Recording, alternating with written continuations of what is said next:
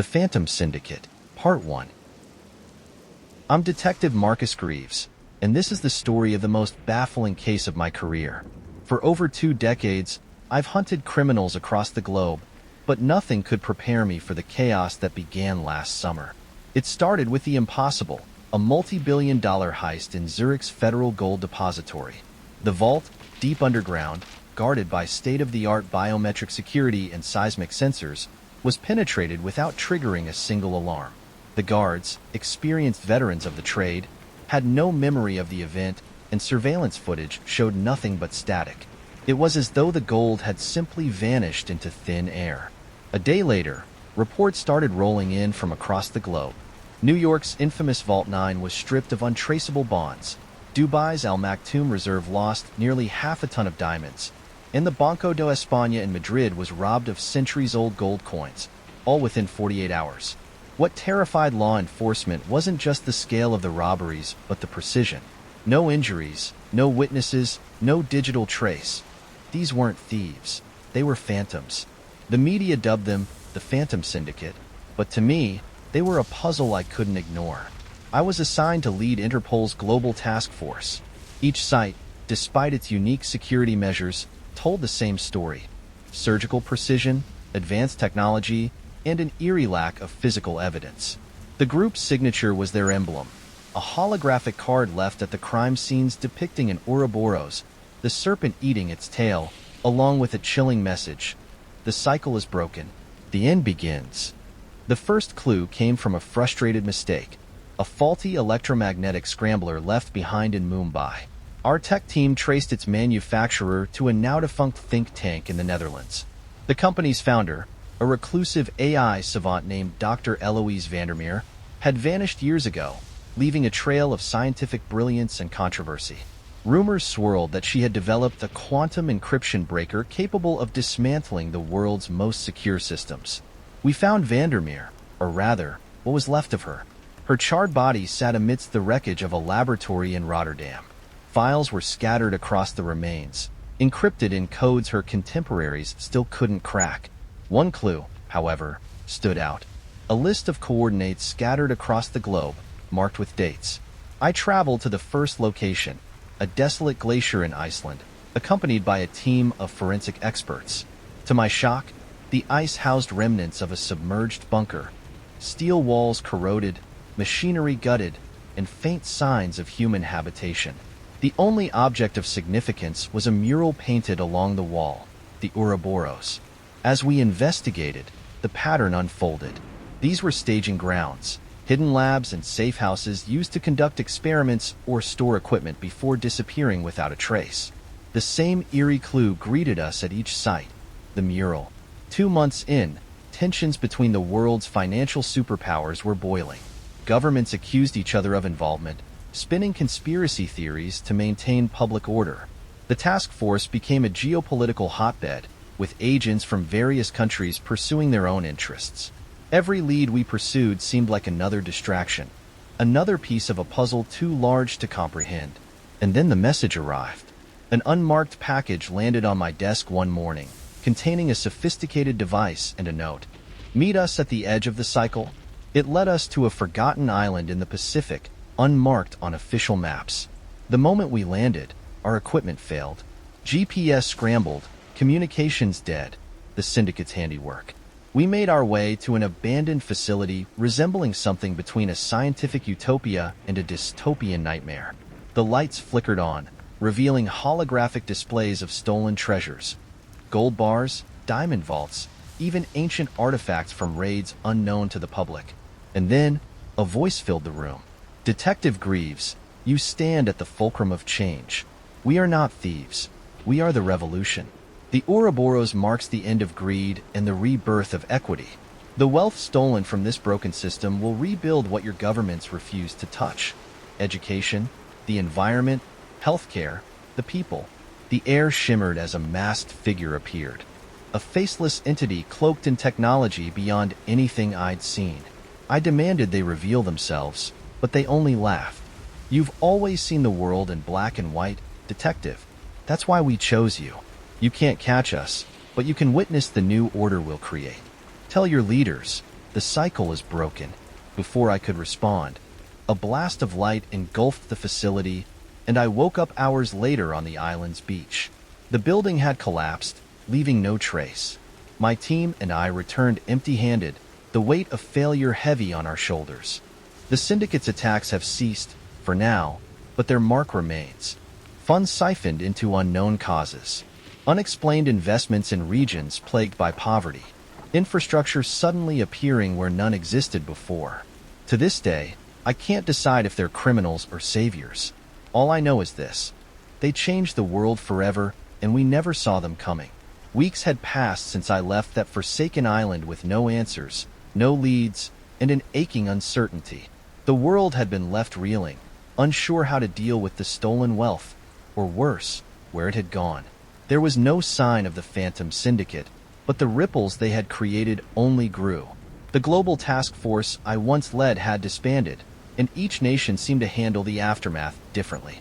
Some governments launched investigations, futilely scouring the netherworlds of encrypted data and tracking down obscure investment firms. Others buried the stories entirely, masking the truth with narratives of a fleeting, obscure heist. But I couldn't forget their message, their promise of something greater, something different. I couldn't shake the thought. Were they thieves, or had they truly been something else, a radical force redefining the world? Despite the haunting defeat, I returned to my solitary obsession, researching the clues the Syndicate had left behind. Every night, I pored over the encrypted files recovered from Dr. Vandermeer's laboratory and combed through the coordinates that spanned across continents, trying to make sense of a world on the brink of upheaval. Then, one evening, a breakthrough arrived, and it hit harder than the betrayal I felt at the island. A whispered phrase on the dark web: "The Foundation is awakening." A shadow organization I hadn't heard of before. Suddenly, things began to align. The Phantom Syndicate, it seemed, was not a rogue band of master criminals after all. Their purpose, the massive heists, and their carefully orchestrated operations were part of a much larger conspiracy, far older than anyone could imagine. The Foundation, an elusive group of wealthy and powerful individuals, was reportedly a powerful, covert network seeking to orchestrate social transformation by controlling and distributing resources in a manner unlike anything traditional governments or corporations could comprehend. It wasn't an accidental wealth distribution effort. It wasn't a chance intervention either. The pieces fell into place. The Syndicate wasn't simply targeting global vaults, they were targeting the heart of the Foundation's wealth. They had struck at strategic nodes of a much larger movement, redirecting billions from secretive elite vaults and offshore accounts to be distributed to underdeveloped regions, fostering radical change. What they wanted was to dismantle the old guard. Power wasn't just about money, it was about control over the systems that governed humanity. The significance of the Ouroboros grew clearer. The Foundation symbolized an ever-turning wheel, the balance between destruction and rebirth, the death of the old systems and the birth of a new, possibly chaotic one, centered on equality rather than exploitation. Suddenly, the Syndicate's disappearance made sense. They hadn't left, they were laying low, waiting for the opportune moment to strike again. I had to track them down. I didn't even hesitate. I rounded up the old team, re-established contact with agencies that hadn't been completely poisoned by politics, and set off on a fresh, more personal investigation. If this was the war to end all wars, one of ideals versus institutions, then I was a soldier pulled unwillingly into the front line. But the Syndicate wasn't done. In fact, their operations were intensifying, and not just with more heists. There were rumors of deep web auctions, black markets, but nothing tangible. They were still ahead of us, slipping into shadow with every move we tried to follow. One thing was certain. The more I dug, the clearer it became that I wasn't just pursuing thieves. I was hunting ghosts. We tracked another signal, this time to an old government complex in Eastern Europe, abandoned for decades after an economic collapse in the late 90s. As we set foot on the deserted ground, everything felt like a set. Eerie silence enveloped the campus, interrupted only by the hum of electrical machinery. The Phantom Syndicate had left something behind, a new piece of technology, an encrypted master device hidden in the wreckage of a storage unit. A digitized data cascade started playing, revealing a hidden algorithm. An AI program, stolen from the very same think tank that had once developed Vandermeer's encryption breakers. An AI with the unique ability to rewrite code in real time. This was no simple heist anymore. It was an algorithm capable of bringing entire financial institutions crashing down. Their aim wasn't just to steal assets, but to steal the very architecture of the digital age itself, corrupting entire markets in ways our world hadn't even begun to prepare for. But if the Syndicate was going after the digital blueprints, what was their true endgame? That's when I found it, buried in the data stream. A chilling manifesto. They weren't just transforming wealth, they were planning to destroy the financial institutions that structured the modern world entirely, replacing them with decentralized frameworks that only they could control. Cryptocurrencies would look like child's play in comparison. They were constructing their own vision of society, one where the line between private capital and public welfare no longer existed, and the wealth of the world wasn't hoarded in vaults but redistributed directly to the people. It was genius and terrifying. I'm nearing the final leg of my pursuit, sifting through mountains of red tape, tracing hidden assets, and decrypting social movements. The lines between good and evil, chaos and order, are becoming disturbingly blurry. And then the bombshell came. A direct message from the Syndicate. See the truth, Detective Greaves. We are you. The cycle continues. The implications were unnerving. Was this about a generational reckoning, a reshaping of power on a scale no one had ever witnessed? What had the Syndicate done to me, and where would I be when they made their final, earth-shattering move? Months passed in a fog of ambiguity. Every lead I chased turned into a dead end. Every new piece of the puzzle unveiled a deeper layer, drawing me further into a web I wasn't sure I wanted to untangle. But each passing moment, I could feel the weight of inevitability hanging over me.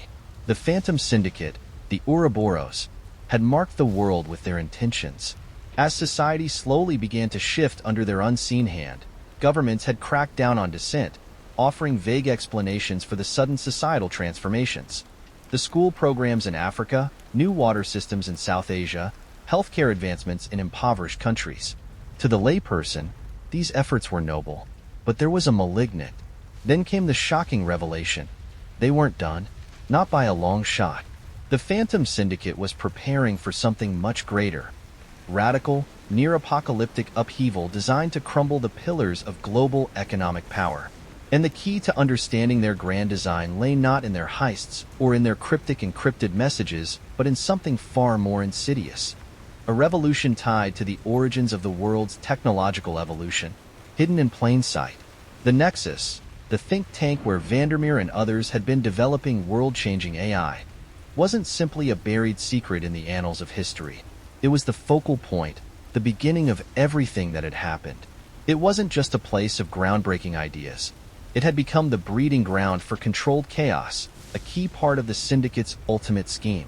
Vandermeer's work hadn't been merely technological, it had been visionary, based on secret archives buried under political collusion and shrouded in clandestine practices, now activated by the Syndicate's operatives. The knowledge had been handed down, privately, silently. And now, we were on the brink of seeing the world completely rewritten. It wasn't money they were after anymore. It was control of every digital and financial institution on the planet, with the power to control ideas themselves. The message sent to me was clear: the cycle continues, Detective. And this time, I wasn't just an observer. I was about to become an unwilling player in a game that I had barely scratched the surface of. I had to take a different approach now. All the classical means of investigation had proved irrelevant. The Syndicate had already moved too far ahead, with every encrypted thread becoming harder to follow, each digital trace wiped before I could react. The world's best cryptographers, who once could crack the most secure networks in hours, now had nothing. Their algorithms, once capable of tampering with economic systems, were useless in the wake of an unseen shift. The Syndicate had penetrated the core of digital infrastructure, establishing an undetectable AI that rewrote the very foundational code of the systems they targeted. They were no longer just robbing vaults. They were stealing ideas, using their power to alter perceptions and how the world viewed value, rights, and relationships. In real time, they re-engineered the world to suit their vision. Underneath their seemingly altruistic goals lay an unsettling plan. a system where all external ideas about society, markets, even the basic understanding of currency were continuously manipulated in real time. As new digital currencies and systems started spreading like wildfire, unknown to governments, companies, and citizens, a new form of currency was born. It was called Nexus, and it had no fixed value, because the system itself adjusted its worth continuously, depending on global needs, and aligned itself with the flow of social movements. Every transaction made by someone using Nexus was logged, not into a banking database, but directly into the fabric of society, adjusting itself based on a series of moral, political, and humanitarian algorithms. Nexus became the invisible currency of an emerging world, a silent revolution no one could truly control but everyone could participate in. And worse, only those who understood this new world, the most adept, the few able to work alongside the Phantom Syndicate, would thrive. Those unable to participate would fall into poverty. Society as it existed was dissolving in a terrifyingly clean, untraceable way. I had to act quickly. The longer I waited, the more I was drawn into their world. The nexus of deception, mind games, and betrayals, leaving nothing behind but the wreckage of the old one. I reached out to Emma Reyes, a former agent of the Syndicate, one of the few who had once tracked their operations from the inside. She had barely survived a hit last year. The Syndicate was always one step ahead, and they weren't just stealing wealth, they were stealing identities. Emma had escaped the organization, but she knew too much. It was her insight into their true designs I needed to hear. She wasn't just someone on the run. She was a key player, a soldier in the war between shadowy forces. Together, we traced one last lead. An encrypted safe house in the mountains of Central Asia, where an illicit device, built to infiltrate the Syndicate's core AI system, was waiting to be activated. A dangerous gambit, no doubt, but our last chance. As we arrived, we were confronted with what could only be described as an abandoned fortress, a monument to everything the Syndicate had worked towards, a mass database, the architecture of control. It became clear that this device had not been built as a weapon against them, but as a means for their final leap. They intended to meld the digital and physical realms together into a utopia of decentralized control, rendering governments useless, subverting economies and currencies. In the center of the facility, beneath layers of digital encryption, was an artifact, something older than the Syndicate itself. A piece of an ancient pre-Sumerian machine once believed lost, the Nexus engine. It wasn't a typical AI, it was sentient, older than anything developed in modern history, designed to connect minds.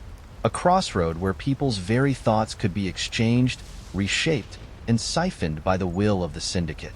At this moment, with the final pieces of the puzzle laid bare before us, one chilling truth became undeniable.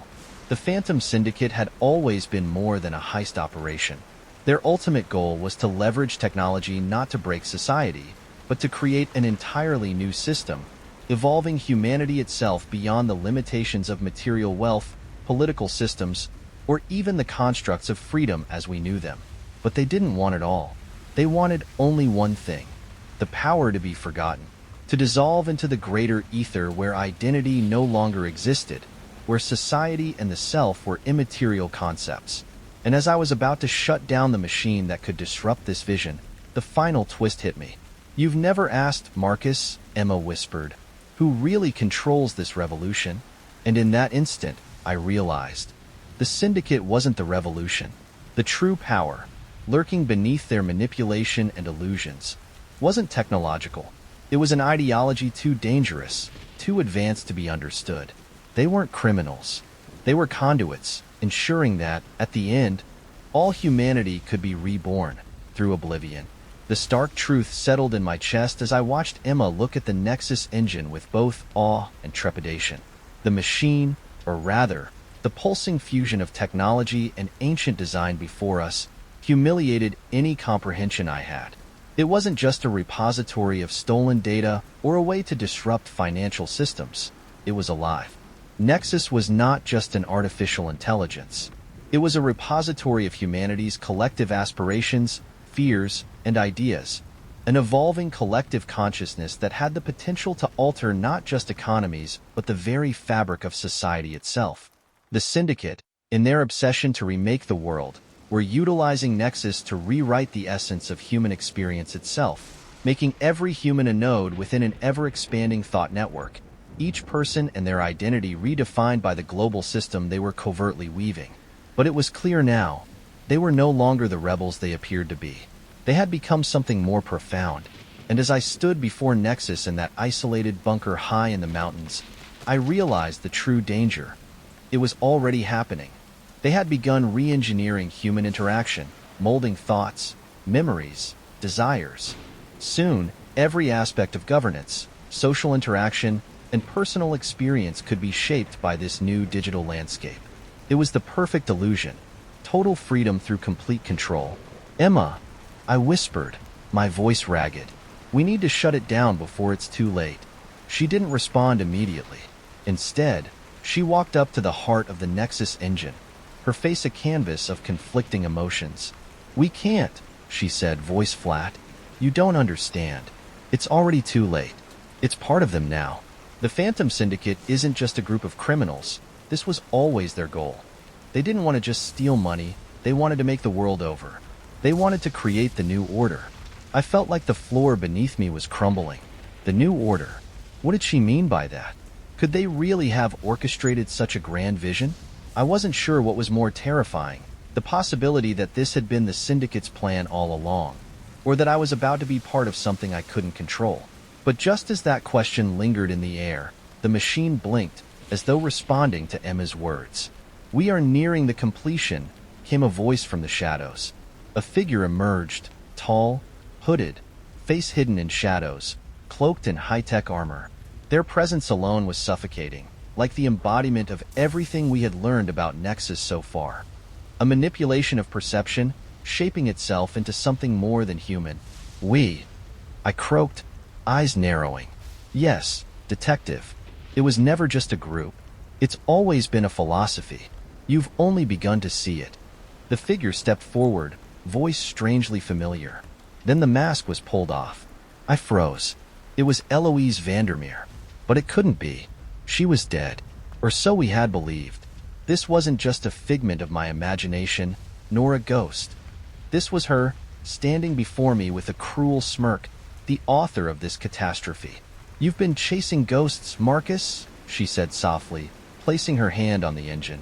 "There is no syndicate, no organization. We are the Nexus." I couldn't comprehend it. The woman we'd found charred and destroyed in Rotterdam, the AI genius, was standing before me, fully alive, fully in control. It was impossible. Everything I'd thought was a lie, an illusion, woven together with half-truths and shadows. "Explain," I demanded, voice shaking with disbelief. "What is this all? Where's the Phantom Syndicate?" She nodded, eyes still scanning the machine. "You saw the wrong face of the game, detective. The Syndicate was only a distraction. They were the faceless hands of the revolution, the mouthpieces for something much greater." She lifted a device from her belt. A small holographic projection flickered into existence, displaying sprawling equations, quantum threads intertwined in complex patterns I couldn't even begin to follow. The Syndicate was nothing more than a tool I created, an entity designed to force the world into an irreversible shift. What you're witnessing now is the birth of the new order. I knew this system would eventually take root. The foundation of true control has always been embedded in the very fiber of our reality. I engineered it through the Nexus engine, the merging of thought and code, the reshaping of ideals at a universal level. "You're out of your mind," I said, trying to hold onto any shred of normalcy. But doubt spread like a shadow.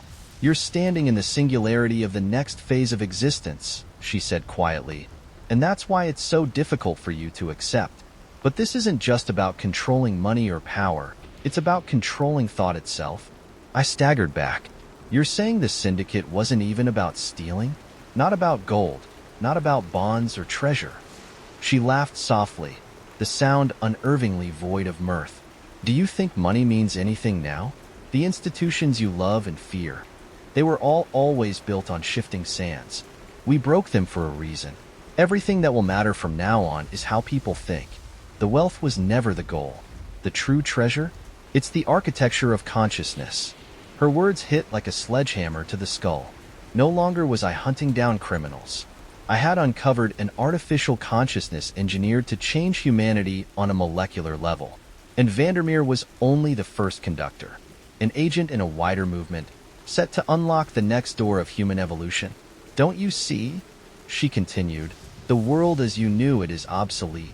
The next generation will grow not from the land of money, but from the realms of thought and interconnected minds. I stared at the Nexus engine. A shiver coursed down my spine as a feeling of helplessness settled. Continued below.